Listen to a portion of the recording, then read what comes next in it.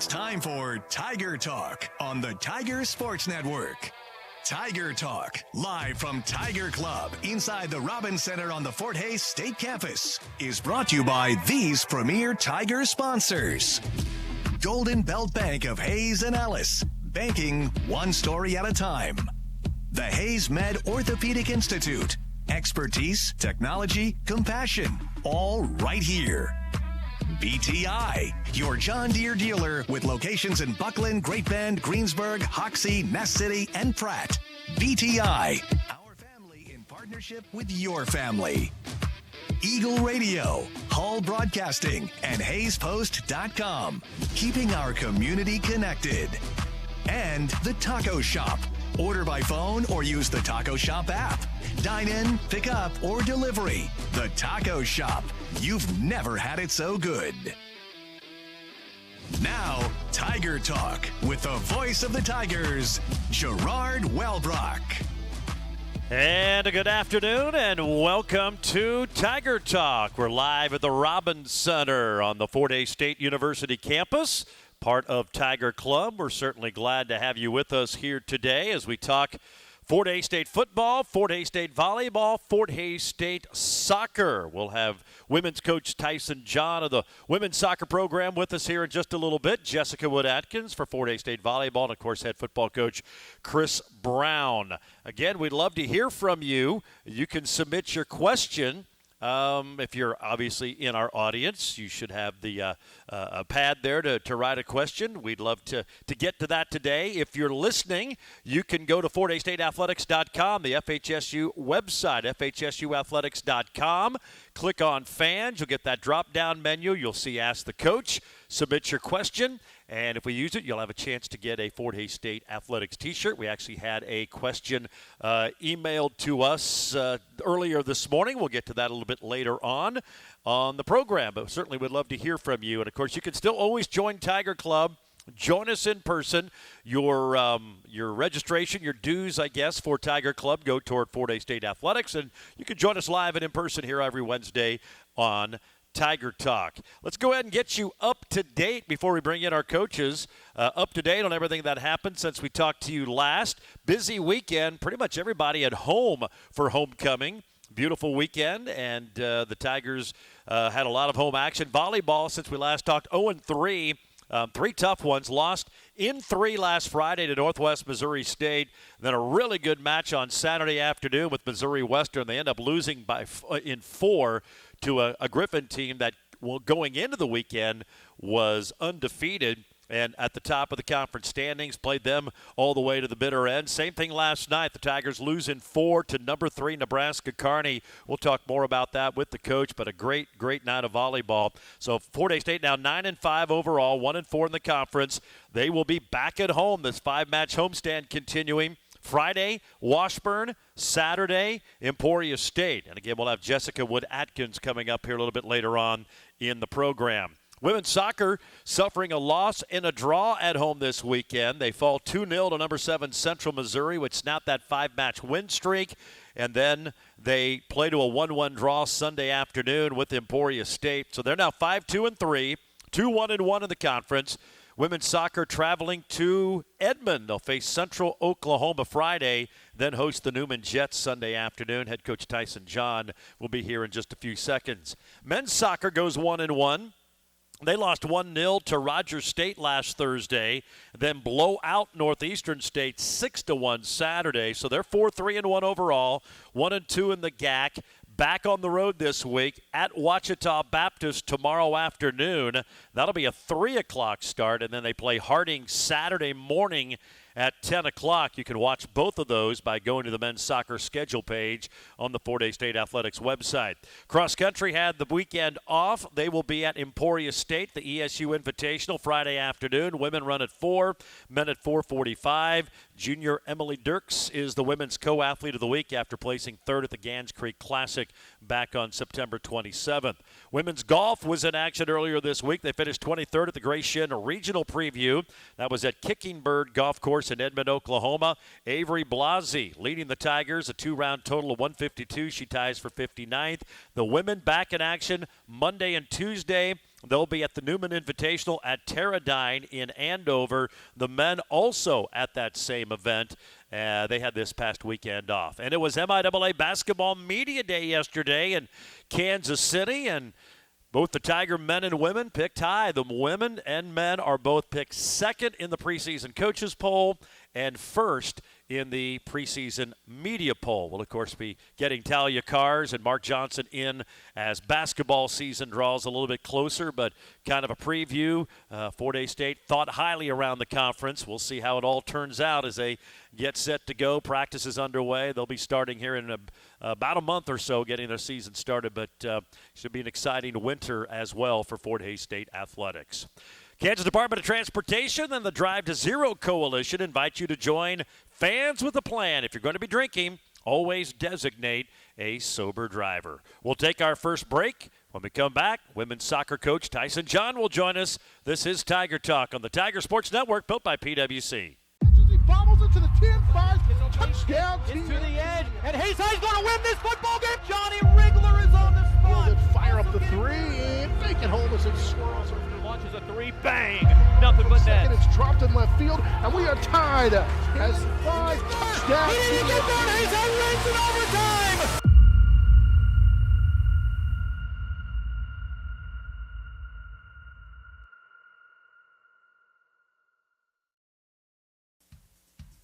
Empty backfield, Zabrowski. Here comes the blitz. Zabrowski with time, being flushed to his left, stands in the pocket. He's hit. Down he goes. Brought down by Garrett Bishop. The first sack of the game, and the Tigers will get it back with a 4th down stop. Yeah, some of the action from Saturday night at Lewis Field. Fort Hays State knocking off the Mules of Central Missouri. We'll talk more about that with head coach Chris Brown a little bit later on in the program. Tiger Talk brought to you by Golden Belt Bank. Your life has a story. Golden Belt Bank wants to get to know that story. Golden Belt Bank of Hays and Ellis. Visit them at goldenbeltbank.com. Women's soccer coach Tyson John joins us. Tigers coming off a loss and a draw this weekend at home. But prior to that, you had a 5-match win streak, which included a couple of conference wins at Missouri Southern and the first ever match with Pittsburgh State, new program. Before we talk about the weekend here at home, maybe about that, 5 wins in a row. And I know it was kind of a bit of a slow start for your gals, and you got on a nice little run there to get that winning streak up to 5 and got it off with 2 nice conference road wins. Yeah, I mean, it's always hard to go on the road, especially at the beginning of conference, and be able to get those results. And with a new program like Pitt, you don't really know what to expect because they haven't been around before this season. Missouri Southern's always a tough place to go because their field is so bad. It is literally, it is. You may have mentioned that before. It is part beach and part whatever the rest of those tumbleweeds they put together. So, no, I mean, it's really hard to go, and you kind of have to change your style of play when you go there. And so we were able to do that and pull out a 2-0 win there. And then, Pitt's got a brand new pitch, and it's turf. It's like ours, and so a little bit bouncier than ours, but it was a good place to play, and also I think a good result for us. You can't control the facilities. Obviously, not everyone is alike, and some are much better than others. You're kind of spoiled with what you get to practice and play on every year. Very. You play on turf. There's a lot who have turf, but there's a lot who have natural grass. Some have dirt, as you said, and weeds and whatever it is. How does that affect the game? Because obviously the ball's going to bounce different. It's going to roll different. How does that affect what you guys need to do depending on the surface you're playing on? Yeah, I think when they have a nice grass field, it's not much of a difference for us. Maybe the bounce will be a little bit, will vary. But no, for us, as long as we're going to go and play in Edmond, and UCO's field is nice and it's a grass field, and then we'll be back to our field, which is obviously the best in the conference for Sunday. So, yeah, not a lot changes for us. It's just those places that are tough, and where Newman used to have all the dirt mounds, and Missouri Southern's really the one that stands out, and Emporia as well. All right, well, let's talk about last weekend. You were at home, number 7 Central Missouri last Friday evening, and a tough one. They're good, obviously, ranked 7th in the nation. 2-0 the final on that one. Just your thoughts on your team's play in that match. We came out in the first 10 minutes and absolutely played them off the field. And then our top player, our captain, most decorated player in our program's history, went down with a knee injury. And our team struggled with that. Not really sure what it feels like to play without her. So it took us a little bit to kind of get back on the horse and kind of get things moving. But we played them really tight. Unfortunately, the minute that she goes out, we put in her replacement. And the ball comes across and it hits her and it sets right down for the player and she buries it. And I was like, of course they're going to punish us with exactly that position right away. And she's actually getting an MRI right now, so there's still a chance. But no, I mean, we fought hard and then, went all the way back. We were very even statistically. And then we gave up a free kick in the last 6 minutes of the game, and she buried it. And I went, hats off to you. If you're going to score on us, you got to be that good to do that. So and then we came back and we were up 1-0 on Sunday and just, made an error, one error. And we had a ton of chances. I literally thought, if anybody that was there, I thought I was going to be in that movie moment where we took a shot at the very end of the game. And literally, if the ball would have crossed the line, it would have gone, the clock would have ticked 1 and then 0. And it missed by this much. And so I was like, this is actually going to happen. And it ended up not, unfortunately. But we were right there, and we were knocking on the door the entire last 25 minutes of the half. So a little bit hard done to not get the result there. But, we're back to work. And we've had a few injuries. We're going to go into UCO without 3 of our back 4. We had a girl get a concussion on Sunday, so she's under protocol. They don't know who they're going to play because I got strikers coming back to play. I'm telling you what, I'm going to mix this thing up. I got strikers playing outside back. I got one of our top strikers going to play center back. We're going to do a lot of overlapping, and so good luck scouting us because we just figured this out this week of what we're going to have to do with who we have available. So looking forward to that, and then we'll be back a little bit to normalcy by Sunday. Yeah, I was just going to bring that up. I mean, you've had to deal with injuries. I mean, it's just part of the game. Everybody does. You lose a key player, and as you said, the most decorated. That is a jolt, but hopefully the team responds. And it's kind of like, the next person up, you kind of have to have that attitude a little bit because you still got to play. Yeah, and we actually got Kiki Wagner, who went out last year with an ACL. I think now she's played in 2 matches, and we were doing 15 minutes a half, and then we moved to 20 minutes a half, and I think against UCO we're going to get 30 minutes a half out of her, which is going to be good. She's doing well. She came back. She looks fast. She doesn't think that she does, but she does. We think that she does, and that's what matters most. And, so where we are losing, we still get people back. And then, with the head injury, she'll be back by Sunday, and then we got to hope for good news on Hutch and hope that she's able to return because it's a tough way to go out as a senior. Yeah, no doubt about that, and certainly cross our fingers. All right, you mentioned it. You're going to Edmond on Friday, 2 o'clock at Central Oklahoma, then back at home Sunday afternoon, 2 o'clock with Newman. Maybe a preview on the weekend. What are you going to face in these 2 opponents? Well, I can tell you that they're going to face a bunch of strikers playing outside back, and we're going to be running straight at them. But no, like I said, we're going to play a different style. We're not changing our formation. We did that last weekend. We had to play opponents that kind of brought something a little bit different. They're playing a box 3-6-1. If you don't know what that is, that's okay because we barely know how to play against it because it's not a very common one, to say the least. I've never run it in my career. So we moved to a 4-4-2, which is more of a normal one, and then now we're back to a 4-3-3, and we're going to, like I said, overlap our outside backs. UCOs, they're always a very, very good team. They're going to be very athletic, and they're going to be very technical, but I still think that we match up really well against them because we both want to play. And then Sunday, we haven't really heard much about Newman. I don't have a look at Newman until Saturday. Okay. So I'm a one at a time. Yep, well, that's probably the good approach to have. But, again, at UCO, 2 o'clock on Friday, and then Newman at home, 2 o'clock on Sunday. If you can't get out to those, they'll both be on the MIAA network. Go to the athletics webpage, soccer page, and click on the links there. You kind of mentioned the injuries, part of the game, but everybody else doing okay, and some of the new faces feeling pretty good about how they've all blended in up to this point. You start looking at the calendar, you're starting to get to the stretch time here already in the season. Yeah, and so not when you move players, not everybody's always the most stoked about it, and they're but they've been great. Mm-hmm. And I got one of our outside. Well, she usually is a striker or center mid. She goes, "Coach, I cannot wait to take throw-ins because she's going to be playing outside back." And she goes, "I absolutely love throw-ins." And I said, "Well, that is an odd hobby, but good for you, and we will have fun watching you do throw-ins." But no, they've been big teammates to each other, and they're like, "Hey, we know that we need to do this," and they still believe because we have good players, and we're going to probably be the fastest that we've ever been in the defense, considering the personnel that we're going to use. So there's still a lot of positives still there for us to go. We can go and not only just be competitive, but go and have fun doing it. All right, sounds good. Appreciate you joining us. Good to have you back on the program again, and best of luck this weekend. Thank you very much. There you go. Tyson John, the women's soccer coach at Fort Hays State, at UCO on Friday, back at home Sunday afternoon, 2 o'clock with the Newman Jets. Tiger Talk brought to you by BTI, your John Deere dealer. Locations in Buckland, Great Bend, Greensburg, Hoxie, Ness City, and Pratt. BTI, our family in partnership with your family.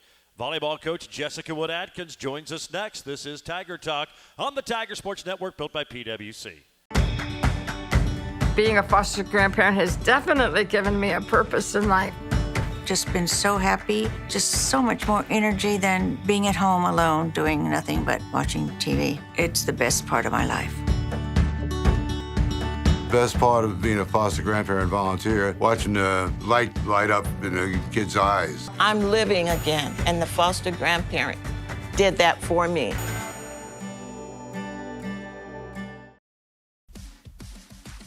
Claire Olson to serve to try to give the Tigers a set one win. Lopers dig it. Here's the swing. It's over. Rutschler the dig. Stuckey sets it up for Schmedding, and the Tigers get the kill. And they take the first, 27-25. Yeah, quite a match last night. Tigers took the first set against Kearney. They end up losing in 4, but they were all really, really good sets last night. And we're joined now by head coach Jessica Wood-Atkins. As we mentioned in the first segment, you went 0-3 at home. Really the only dud was Northwest Missouri State. Did not play your best, and it feels like the Bearcats are starting to figure things out after kind of a slow start. They've got too many good players on their team, and so that didn't go well, but you came right back against Missouri Western. You lose in 4, but you could have won every set. I mean, you were right there in a highly contested match against a team that had been undefeated and tied for first going into the weekend. And then you have Kearney last night. You lose in 4. And I know some of those scores, the final number may not look great, but if you were anyone who was there, those were nip and tuck all the way to the very end. I know you didn't get wins, but you have to be happy with the resiliency of your team and how they battled against some really good competition here this past week. Yeah, I mean, I think you said it earlier. We talked a little bit last night. It's progress, but it's hard to see progress in the MIAA, and that is a tough lineup to see right out the gate at home because those are the North. The North is just so much stronger than the South, and those are the fun matches to play. We tell our girls all the time, like, those are the ones you want to be in, you know, the one where you're battling back and forth and getting after it, and those are the games that you remember. But, yeah, I mean, Northwest – you know, yes, give them credit. They're a good team. They returned their All-American who did her damage against us. But I don't think they beat us. I think we beat ourselves that game. Missouri Western, that was back and forth the entire time. Everything was so tight. And that's one of those you can sit there and try to go, where was it? And I don't think anybody can say, where was it when it's point for point. You can try. You can pick and choose. But, you know, on Friday night, we did have two of our main defenders were just had an off night. Mm-hmm. Tatum Lovesey, who's a redshirt freshman for us, for being a freshman on the court, she really holds a very strong role for us in our blocking scheme. And she had an off night on Friday, but she turned it back around on Saturday, and boy, you couldn't miss her last night. Yeah. You know, and so she made the necessary adjustments she needed to make, and on Friday our libero was off. She was in the right position, and she just could not get a ball in the right location to save her life. And so we had to switch out and put a freshman in that role. And, you know, Haley Wolf did a good job, but your libero is your libero for a reason. But she also turned it right back around and came in, and they have been getting better by the day. We're playing better ball. We're playing stronger ball. We're just up against tougher opponents every single time. And so we still got to figure out a way to get it done. Well, and we talked a little bit before the match last night about the mental side, the resiliency, and your team showed that. And what you have to like, because sometimes, okay, you lost to Western, but it was you played well. You had a really good match, and you had a lot of gals play well, and then maybe, okay, it's Kearney, have a setback, don't play as well. They played another good match, starting to stack those. And eventually you're going to get, I mean, you're playing some of the top teams in the conference. The wins are going to come, but you have to like the mental aspect and how your team persevered. And I thought last night, even within the match, when maybe things weren't going well, found a way to stop the momentum, get some points, get back in it, and keep battling all the way through.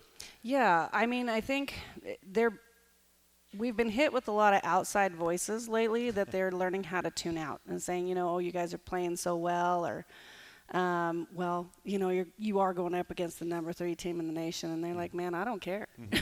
And I kind of like that because I guess the mentality that we're taking is it doesn't matter who's on the other side of the court. We are playing for that point, and we're not looking back at the previous point. You can't live in the past, and we're not looking forward and trying to predict a point that's not even there. We're winning that point in that moment, and that's what we're going after. And I think that is helping them reset.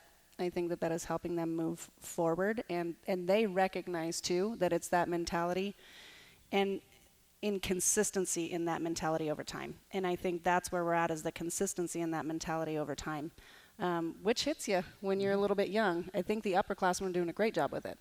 But, yeah, that's definitely the switch, and I like it. I like their fire. I love that they are not satisfied. We walked into the locker room last night, and they were mad. There was no, hey, you played a good game. They knew that. They knew they played well. But they were mad. And I love that they are so hungry. And I love that they are not satisfied.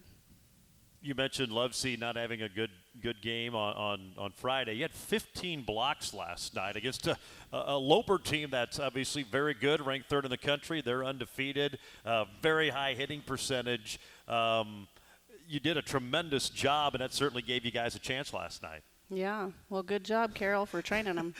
But no, they Coach do Carol love that. here today in attendance. Coach Carol's been training them. We've been working on that a lot, but not as a primary focus. The blocker's primary focus is not to block the ball. It's to set up and take away the hardest shot of the hitter so that our defenders can dig around it. And so, they are setting up the formation. If those hitters hit into the block, that's on them, and we got to stay strong. And if we get the block, good for us. That is a bonus. And I think that they did a tremendous job of being disciplined last night, and we got in their heads, which is hard to do. Very, very hard to do. But, yeah, I mean, we took one of their top hitters out of the game pretty early, and she's been hitting pretty steady against everybody, and she got benched. And, as a coach, that makes you proud that the girls are getting that kind of production. Yeah, a lot of people play well offensively, but Claire Olson, when she finished 10, I can't remember the number, 10 or 11 kills, no errors in the game, and you could see she was on fire. And I thought you had an interesting comment about how your gals really varied. They weren't doing the same thing. They kind of kept Kearney off balance a little bit. That's probably the best you guys have hit against them in I don't know how long. Yeah, balanced offense. So she had 13 kills. 13. I knew on it was 26 attempts. Yeah, so she crazy. hit 500, no errors. She played like a senior. But, yeah, I mean, the thing with Kearney is they're a lot like Northwest in that they're very strategic, but they're better at it. And so in watching their film, they can predict where teams want to go.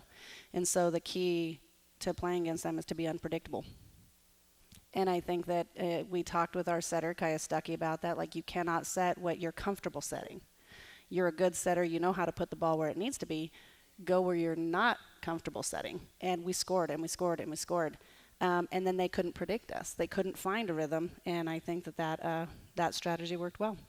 Well, Tigers don't get the win, but it was certainly exciting last night in front of a good crowd at the Coliseum. We do have a couple of questions for you about the match. One, the first, what inspired you to slip into a 6-2 offense halfway through that Kearney contest? They were shutting down our outside. That's what happened. So we went to a 6-2 because we only had 2 hitters on the front row at that point, our middle and our outside, because the setter was front row. And they were serving us really tough. So when they serve us really tough, the only option we had was to the outside hitter, and they were shutting her down. So if we move to a 6-2, you now have a third option with the setter hitting on the right side, and she's a formidable opponent. They have to respect that. And so what it did was it made the block, instead of them just keying in on one hitter, they had to cover both sides of the court. And it helped. Mm-hmm. No doubt about that. We certainly appreciate the question. Another one, and I kind of learned this last night as well. Why did the Kearney coach show a green card on a play that they had won the point? Because the ref was confused. Okay, because the follow-up was that to get a free timeout, which it kind of worked. I was confused. Yeah, he struggled. They had awarded the point correctly. Right. Carney put that ball in and the it was corner. in, yeah, I It thought was so in. too. It was a great hit. Carney put it in, and both lines judge called it in, and he overruled them. Oh, okay. And so then they all met together, and he was like, oh, yeah, you're right, it was in. And so he awarded the point, and then he reverted. It was the up ref was just really confused, and so it warranted him calling a challenge to clarify. Okay, because, it was, I thought, clearly in. Well, it's good to know that he confused everybody, He and did. not just himself, and me included, because I was like, I don't understand why they're Yes. challenging when they got the point, but Yep. now we all know. All right. Well, it was a lot of fun last night, and you still continue this 5-match homestand. Rivalry week, if you will, continues. You had the Lopers last night, Washburn Friday, and then Emporia State Saturday afternoon. They had a great match last night in Topeka. Washburn was ranked earlier in the year. They've kind of, like everybody else, they played some really good opponents. But they're really, really good. So a big challenge against two in-state rivals coming up on Friday and Saturday. Yep, they're always good. But I think the way we've been playing the last two games is the best fuel we could ask for. I think we're going to go in on fire and ready. It should be a fun match to watch. All right, looking forward to it. Again, that'll be 6 o'clock on Friday and then 2 o'clock Saturday afternoon to get your Saturday of Tiger Sports started at the Gross Memorial Coliseum. Coach, we appreciate it as always, and good luck against those Ichabods and Hornets this weekend. Thank you. There you go. Jessica Wood-Atkins, head volleyball coach at Fort Hays State University. Hey, you can look your best on Tiger Game Day with official Nike gear from BSN Sports and the Sideline Store. Go to Fort Hays State Athletics website, fhsuathletics.com. Click on Shop. You'll find hundreds of products and designs, and every item is customizable. Go to fhsuathletics.com. Click on Shop to open up the Tiger Team Store. We'll take another break. When we come back, football coach Chris Brown will join us on the Tiger Sports Network, built by PwC. That was another legend on 99 KZ Country. And yes, before that, we had a brand new artist. Your home for today's stars and the legends. We play real country. I'm Teresa Trapp. Weather, news, sports, it's all here. We're on Facebook, and there is a listen live link at hayspost.com. Dial us in on your radio at 99.5 FM. KHAZ, real country. 99 KZ Country. Fort Hays State is 2 for 4 on third down tonight. The tight end Cormany in motion to the left. Back to throw, a quick hitter. Caught by Allen, and Ryan breaks the tackle. 30, foot race 20, 15. He's going to win the race. Touchdown! Fort Hays State! Ryan Allen caught it at the 30. Broken tackle, and it's 20-7 Tigers with 3:17 to go in the second. Yeah, big play on Saturday night as the Tigers knock off the 12th-ranked Central Missouri Mules, 31-21 in front of over 7,100 at Lewis Field. What a fun night, and what a great win for Fort Hays State. Tiger Talk brought to you by the Hays Med Orthopedic Institute, the most comprehensive orthopedic care in western Kansas. Let the experts at Hays Med Orthopedic help you move freely. Learn more at haysmed.com/orthopedics. Joined by head coach Chris Brown.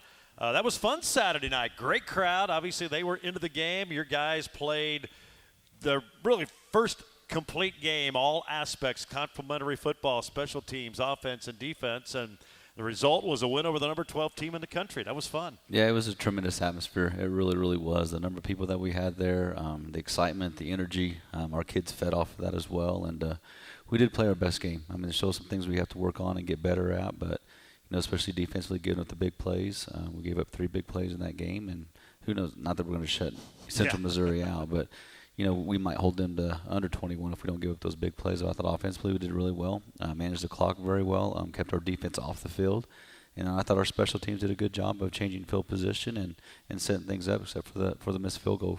I wish we could have kicked that field goal and made it. That would have helped us out in the points. Just made me feel a little bit more comfortable than what I was. Almost felt like he was trying to compensate for the win. It was a different win. It wasn't your typical north-south kind of a crosswind, and I think he was close enough. It didn't seem to have any bearing on the kick, and if he had just probably gone normal, he probably puts that through. Yeah, I think so. He just adjusts a little bit too much, to the right, but Arndt's got a great leg, and it's strong enough to kind of fight through that wind as well. So, yeah, he just pulled just a little bit, just pitched a little bit to the right, and he probably just went right down the middle and kicked it through. But it was good to see him kick a long one, a career long, a little bit later on in the ball game, 46-yarder. Yeah, that was a big one. We needed that one, and I talked to him after he missed the first one, and I said, "Hey, you're good. You'll get this next one. You're going to get another opportunity." And he goes, "Yep, let's go do it." And saw where it was at. And I was like, "You ready?" He goes, "Yep, let's go." And he went out there and then put it right to the uprights. A little bit low. I wish it would have been a little bit higher, but it was a little low. We had a chance to visit with Miles Minn just last week, and we're just talking about, what has to happen for this team. And I thought he had a very astute point, something I'd kind of been thinking about. He kind of confirmed it, and he didn't know whether it's because of the expectations and with everybody back, but he felt up to this point, your guys maybe were playing not to lose and instead of to win. And obviously that's a big difference. Felt like Saturday night you guys were playing to win. You were aggressive. You were flying around. If something negative happened, you moved on to the next play. It just felt like a whole different mind frame for everybody Saturday night. No, I think it all started at practice last week because that's how they came to practice. The whole mindset was different. The effort was different. The energy was great. They really competed when we went ones versus ones. There's a lot good competition going on there. Our scout teams did a really good job of giving us good looks last week as well. But it was a collective, it was a group effort, whether it was the scouts or whether it was offense versus defense. And it was just our guys were locked in and ready to play, and they practiced really, really hard last week. And I think that helped, going into this game because they knew it was going to be a battle. And, we don't worry about those things, right? It's one play at a time, and, you got to win each play. And if you don't, well, win the next play. And it's all about effort. You have great effort every single play. Once that play's over, you do the same thing the next play. You got a good chance to win. Nope, saw that on Saturday night. It was certainly fun. I know he's your player guest. You brought him here. Caleb Heavner got the start at quarterback, 24 of 30, 302 yards, couple of touchdowns, and had a good running day as well. Ran for 97 and a score. If there wasn't that bad snap, he lost 3 yards for getting that ball. A negative player to finish with 100 yards rushing as well, but had to be pleased with his game on Saturday night. He played very well, and of course he's not satisfied with his play as well. It's just the way Caleb is. It's funny to see him right here at this lunch with everybody else, and he's got his phone open and he's looking at his plays and getting ready for practice. But he's always doing that. He's always preparing. He had guys up there this morning watching film with him, going through where he wanted to be in certain situations, but that's Caleb. He prepares like crazy. He watches tons of film, and he goes out and practices like it's game time. And we get every one of our kids doing those things. Great things are happening. But pleased with his performance, and I know he's only going to get better as the weeks go on. And we talked a little bit last week. Making the decisions for starting and that are never easy, especially at that position. But Caleb plays well. He's a little bit bigger than Jack, and we saw that his running ability. I've seen that really throughout his career. Does that change maybe what you do or how you go into these games now with the ability to maybe have the quarterback run it a little bit more?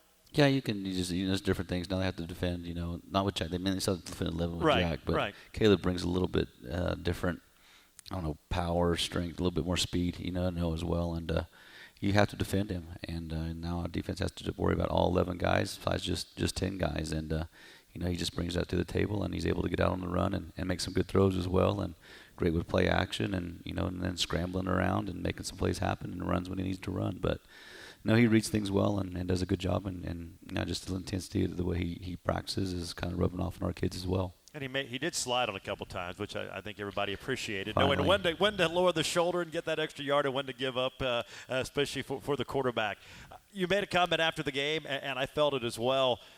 The offensive and defensive line may have been their best games. It felt like you controlled both lines of the scrimmage all night long. You have to. No matter who we're playing, we have to control those line of scrimmages and win the line of scrimmage. And I thought for the most part in that game, we did do that on both sides.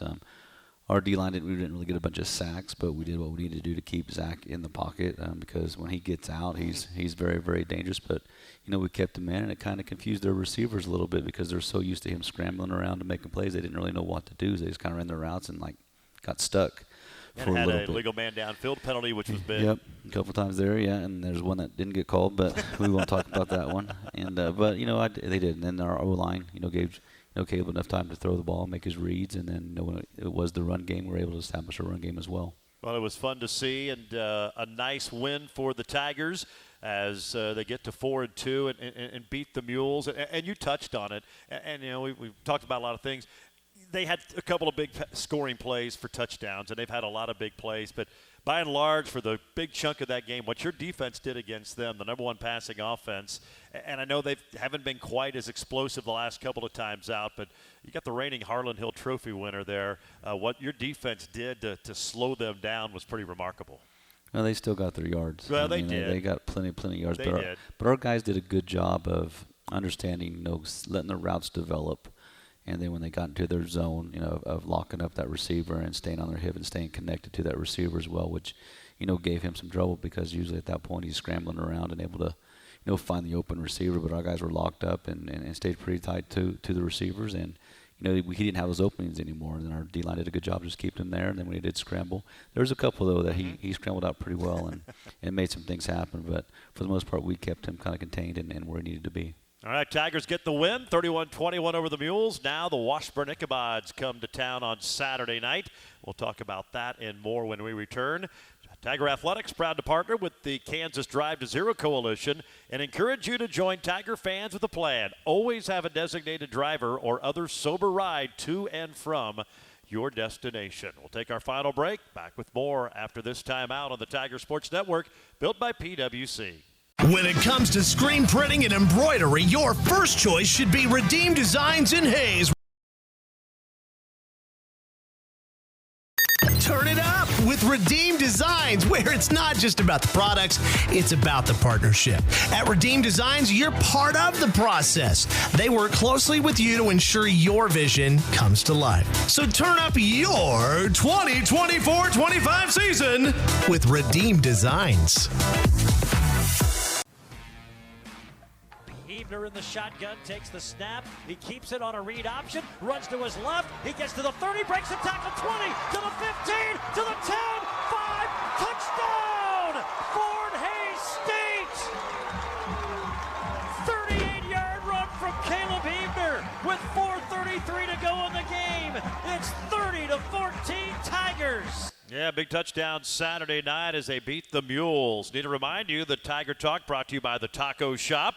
Order by phone, use their Taco Shop app, dine-in, pick-up, delivery. They're just east of the Fort Hays State campus on 8th Street. The Taco Shop, you've never had it so good. Fort Hays State in Washburn this Saturday. Before we do that, Mikael Williams, MIAA Defensive Player of the Week, 14 tackles. You had a lot of guys have a lot of tackles, but he had 14, the most by anybody last weekend in the MIAA. He just continues to play well. He is. He really played well in that game, and, he can do the things that some of our other linebackers can't do. He can, flex him out on a receiver and get him in coverage and man up with some of those receivers as well. He's just a very talented young man that can cover receivers, and he plays pretty physical as well and can stop the run. So why not have a guy like that on your team, right? It's good to have John Johnson it's back. It's good to have John, too. Yeah, I didn't get a chance to talk much about him. That helped as well, getting him back just with his length and his speed and knowing the defense. But having those two guys out there that really know the defense, like the back of their hand, really helps. All right, Washburn on Saturday night. They're just 1-4, 1-3 in the conference. I don't know about you, but they scare the heck out of me. You look at their games. I mean, they took Pitt State to the wire. They opened up with Emporia. That was a good game. They've been in it. They've had the lead or been within a possession late in a lot of games. It hadn't gone their way. It's mainly been turnovers, but much better team than their record. They're a very good football team. Even though they're 1-4 right now, they could easily be 5-0 or 4-1. I mean, they're close with Mines as well. And every one of their games have been close. They got some really good speed on offense with 3 wide receivers, and that can run really, really well. And then defensively, they keep everything in front. Don't give up the big play. And they're going to be a physical football team. We just got to come out and be more physical this week and execute and do our job and do our assignments, and we'll be fine. Well, if recent history is any indication, it's going to be a tough one. 7 of the last 9 between the Tigers and Ichabods have all been decided by one possession. Fort Hays State Washburn coming up Saturday night. Coach, appreciate it. Great win this last weekend. Let's do it again Saturday. Yes, sir. Thank you, Gerard. There you go. Chris Brown, coach of the Tigers. Fort Hays State Washburn, 7 o'clock from Lewis Field. Hope to see you out there. If not, we'll have it on Tiger Radio Mix 103.3. That's going to wrap up the program. Certainly hope you enjoyed it. We'll talk to you next Wednesday right here on Tiger Talk. Tiger Talk, live from Tiger Club inside the Robins Center on the Fort Hays State campus.